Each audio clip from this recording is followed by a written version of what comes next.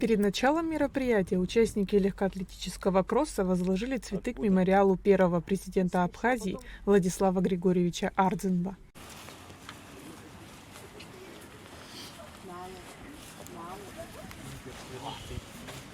Более 100 человек приняли участие в спортивном мероприятии. Легкое волнение, боевой настрой и желание показать хороший результат сопутствовал спортсменам. Я занимаюсь же легкой атлетикой, и мы за последние 2 недели готовились, меня тренер готовил именно к дистанции 2 километра. Мы бегали несколько раз. Я надеюсь, что сегодня я смогу показать хороший результат. Я рада участвовать в этих соревнованиях. Если будет еще возможность, я обязательно буду принимать участие в этих соревнованиях. Я очень давно хожу на легкую атлетику, люблю соревнования и почти на все соревнования всегда прихожу.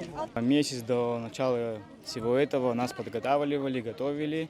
И вот мы сегодня приехали доказать и показать, на что мы способны. Возрастных групп было 4. Финиш всех участников у мемориала Владислава Ардзинба. Старт дистанции начинался в зависимости от того, в какую группу попал спортсмен. Расстояние дистанции 1, 2 и 3 километра. Пришли сюда профессиональные спортсмены, легкоатлеты. Помимо легкоатлетов в детстве участвуют из других видов спорта. Это очень важное мероприятие. Это в первую очередь пропаганда легкой атлетики, этого распространенного вида спорта.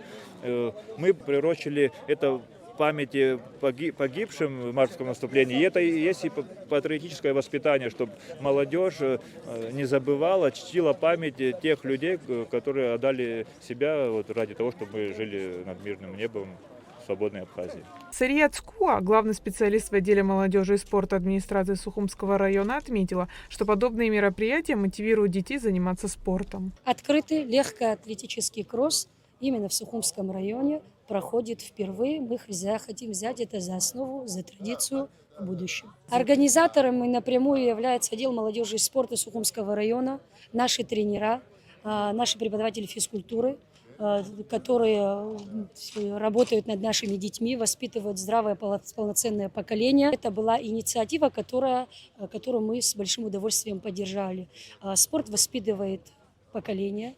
Это залог здоровья. Мы хотим, чтобы наши дети были заняты очень важным и свое свободное время проводили таким образом. Присутствующие от души по-спортивному подбадривали, болели за бегунов.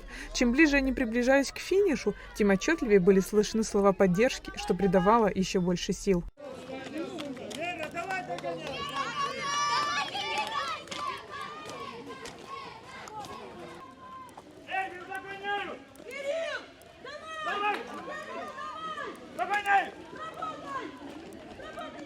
В спорте могут быть как победы, так и поражения. Важно уметь насладиться триумфом и не падать духом после неудач, вынося из всего полезные уроки. Айлита Арутюнян, Константин Парулуа, Абхазское телевидение.